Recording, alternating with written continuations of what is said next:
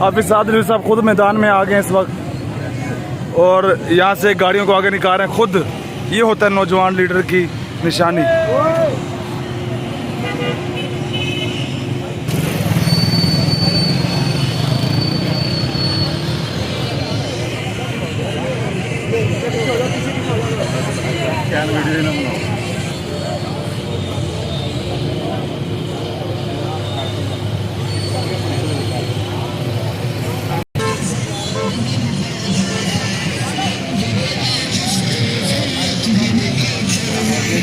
ये देख सकते हैं इस वक्त काफिला यहाँ से खारियाँ से रवाना होने लगे और सादरी साहब खुद मैदान में इधर पैदल आ गए हैं।